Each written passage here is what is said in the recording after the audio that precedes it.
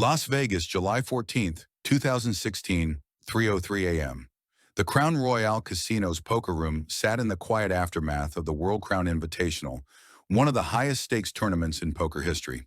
Empty tables stretched across the room like monuments to the fortunes won and lost during 3 days of intensive competition that had attracted the world's elite players. Security cameras captured what appeared to be the most routine sight in professional gambling. A dealer in crisp uniform methodically collecting the sealed cash trays and chip racks that represented the tournament's final payouts. Jason Morales moved with the practiced efficiency of someone who had performed similar duties hundreds of times, his hands steady and his demeanor calm as he organized the chaos left by a $40 million poker tournament. To the skeleton crew of security guards monitoring the facility during the graveyard shift, Jason's activities looked exactly like standard post-tournament procedures.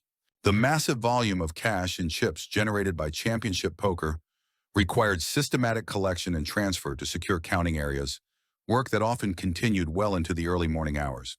What those cameras didn't reveal was that Jason was wheeling his cart not toward the cashier's cage, where the money belonged, but into a service corridor that would lead him to the loading dock in a van loaded with the future he had spent months planning. Hidden within those sealed trays was $36 million in cash. Buy-ins from the world's wealthiest gamblers who had trusted the Crown Royale to protect their money while they chased poker immortality. Instead, their money was about to fund the disappearance of a dealer who had decided that after nearly a decade of watching other people get rich, it was his turn to hold the winning hand. Jason Morales understood something that the Crown Royale's sophisticated security apparatus had never considered.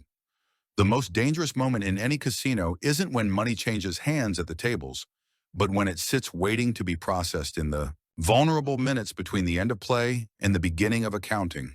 Before we rewind to how this poker dealer pulled off the impossible, hit subscribe, drop a like, and let me know where you're watching from. Jason Michael Morales arrived in Las Vegas in September 2006, carrying a business degree from San Diego State that had left him with $38,000 in debt and career prospects that seemed limited to entry-level positions in corporate environments where his personality would be suffocated by cubicles and quarterly reports. At 23, Jason possessed the quick hands, mathematical mind, and unflappable temperament that made him a natural candidate for casino work. The Crown Royale hired him as a blackjack dealer after a brief training period, but Jason's real talent emerged when he transferred to the poker room and discovered that his combination of manual dexterity, psychological insight, and genuine passion for the game made him exceptional at managing the complex dynamics of high-stakes poker. For nearly 10 years, Jason perfected his craft with the dedication of someone who had found his professional calling. He learned to read players' tells, manage table dynamics, and handle the enormous sums of money that flowed through Las Vegas poker rooms with a precision that impressed both supervisors and the millionaire players who requested him specifically for their private games. Jason's reputation as one of the Crown Royale's best dealers was built on his ability to maintain perfect composure while managing tables where individual hands involved more money than most people earned in years. He never made procedural errors, never showed favoritism toward particular players, and never displayed the kind of emotional reactions that could disrupt the psychological warfare that made high-stakes poker compelling. But Jason's personal life was deteriorating in ways that would eventually transform his professional expertise into criminal opportunity.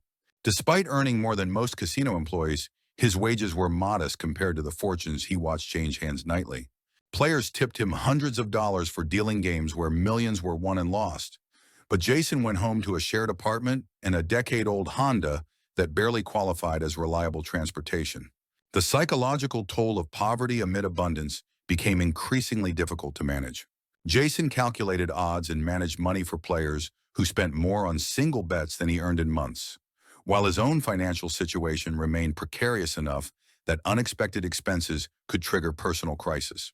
His student loans had grown rather than shrunk despite years of payments, while credit card debt accumulated during lean periods had compounded into obligations that consumed most of his discretionary income. By 2015, Jason was earning $42,000 annually while carrying debt that exceeded $60,000. The transformation from loyal employee to potential criminal began with Jason's growing awareness of the vulnerabilities in the Crown Royale's cash handling procedures.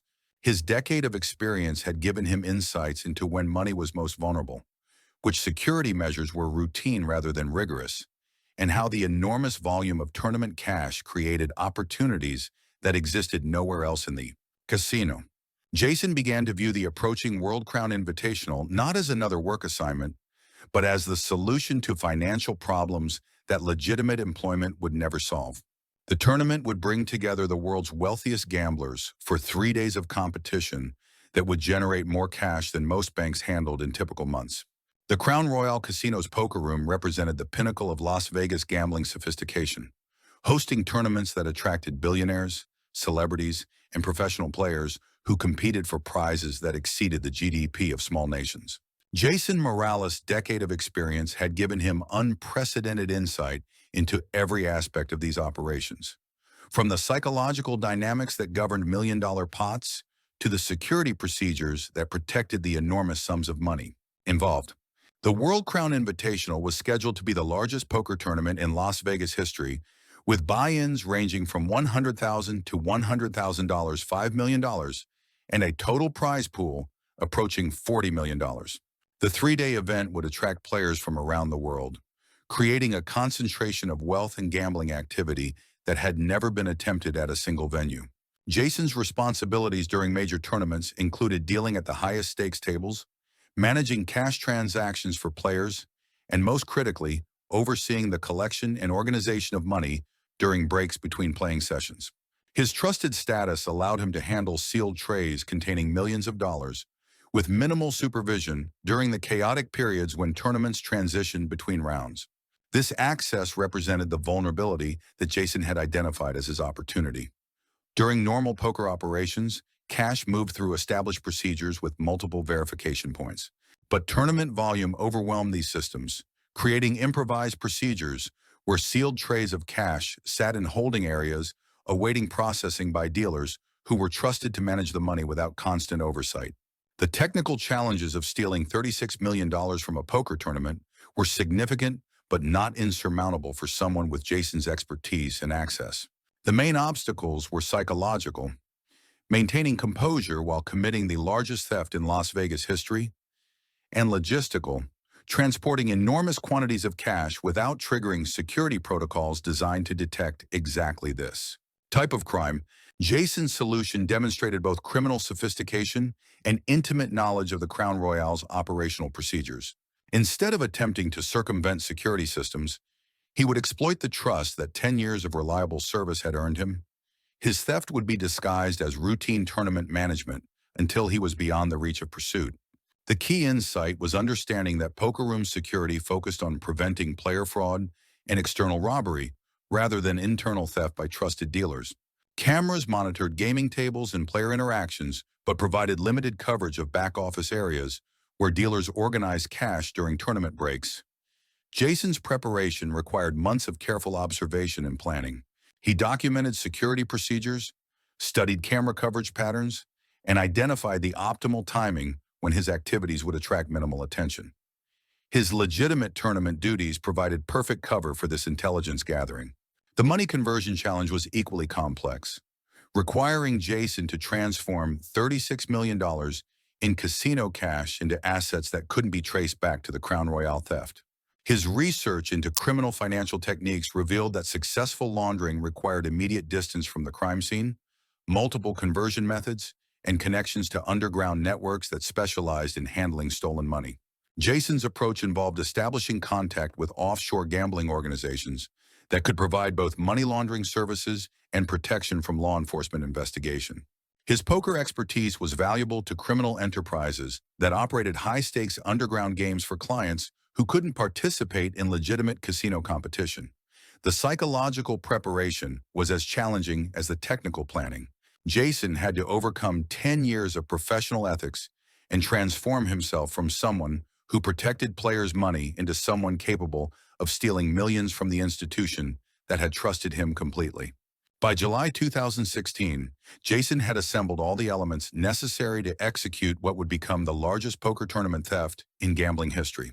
July 12, 2016, marked the beginning of the World Crown Invitational, a 3-day poker tournament that would bring together the world's wealthiest gamblers for competition at stakes that had never been attempted in Las Vegas history.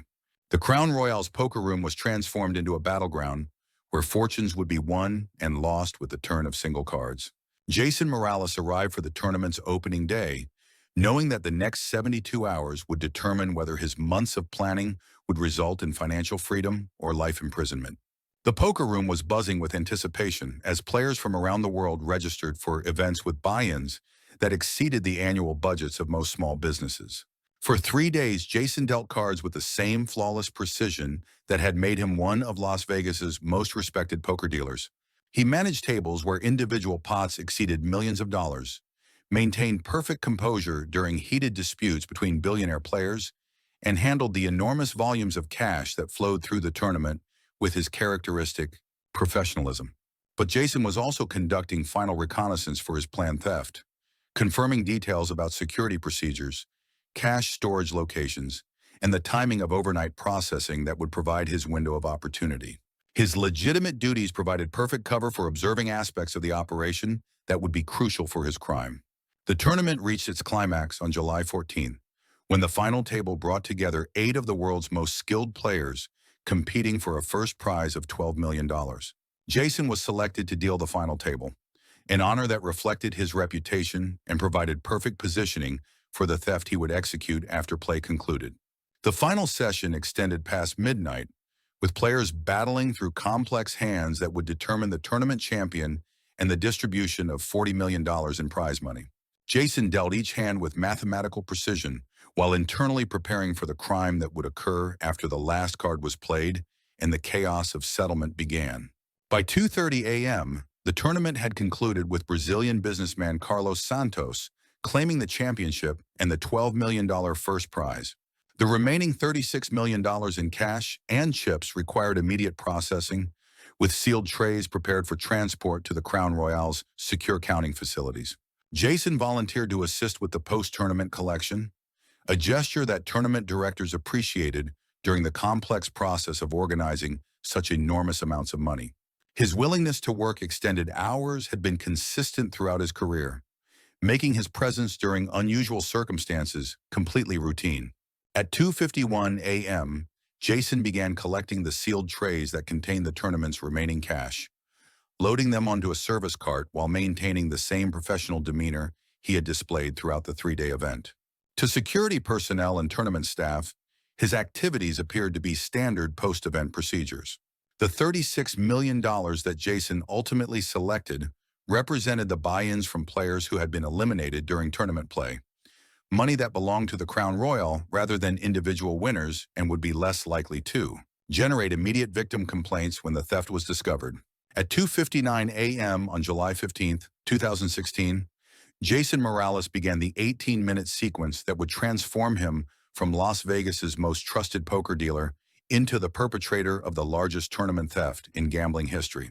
The Crown Royale's post-tournament processing was following established procedures, with small teams of staff working to organize the financial aftermath of the World Crown Invitational. Jason had been assigned to cash collection duties that required him to transport sealed trays from the poker room to secure counting areas, exactly the type of routine responsibility that would provide perfect cover for his crime. Jason approached the task with his characteristic precision, but now his expertise was being applied to criminal rather than legitimate purposes. He began selecting specific trays that contained the highest concentrations of cash while avoiding those that included chips, tournament medals, or other materials that would be more difficult to convert into usable assets. His selection process was informed by 10 years of experience with tournament cash handling and intimate knowledge of how prize money was typically distributed. Jason chose trays containing primarily cash from eliminated players, money that represented entry fees rather than winnings, and would be simpler to steal without creating immediate complications. The $36 million that Jason ultimately loaded onto his service cart represented approximately 60% of the tournament's total cash volume, packaged in sealed trays that were marked for Monday morning processing. The trays were heavy but manageable for someone with Jason's experience handling large casino cash shipments. At 3:01 a.m., Jason began moving his loaded cart through the Crown Royale service corridors toward the loading dock where he had positioned a rented van during his dinner break. The route had been planned to minimize exposure to security cameras, while utilizing areas where his presence would appear routine to any guards who might observe him. Jason's path took him past the main cashier's cage where the money should have been delivered, but his deviation into service areas appeared natural to security personnel who assumed he was following alternative procedures necessitated by the tournament's unusual volume and timing. The most critical moment of Jason's theft occurred at 3:03 a.m. when he encountered night supervisor Patricia Rodriguez near the service elevator. Rodriguez questioned Jason about his activities and destination, creating the moment when his crime was most vulnerable to discovery. Jason's response was perfectly calibrated to deflect suspicion while maintaining his cover story. He explained that he was transporting sealed trays to an alternative counting area due to overcrowding in the main facility. A plausible explanation that satisfied Rodriguez's casual inquiry and allowed Jason to continue toward his destination. At 3:05 a.m., Jason reached the Crown Royale's loading dock and began the process of transferring $36 million from the service card into his rented van. The loading required 12 minutes of careful work, during which Jason remained vulnerable to discovery, but maintained the same calm demeanor that had characterized his decade of poker dealing. The van had been selected specifically for its cargo capacity and unremarkable appearance, registered under false documentation that would confuse any investigation of Jason's movements. To casual observers, it appeared to be a routine service vehicle rather than the getaway car for a major theft.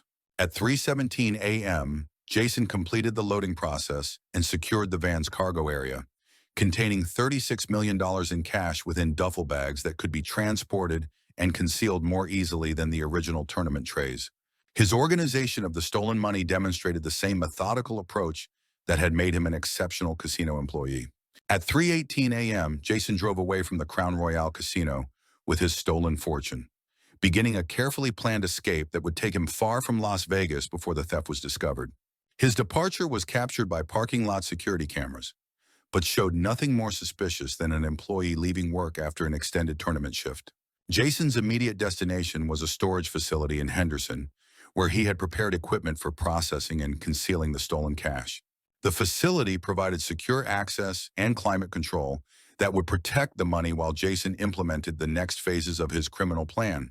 By 3:45 a.m., Jason had secured his $36 million theft and was beginning his transformation from Las Vegas poker dealer to international fugitive, armed with enough money to fund any lifestyle he could imagine and the expertise to convert casino cash into legitimate wealth through criminal networks that specialized in exactly this type of operation. Monday morning, July 15, 2016, brought the routine post-tournament audit that would reveal the Crown Royale Casino's devastating loss and launch one of the most intensive theft investigations in Las Vegas history. Tournament director Michael Chen arrived at 8 a.m., expecting to begin the systematic verification of World Crown Invitational finances, looking forward to confirming what appeared to be the most successful poker tournament in casino history.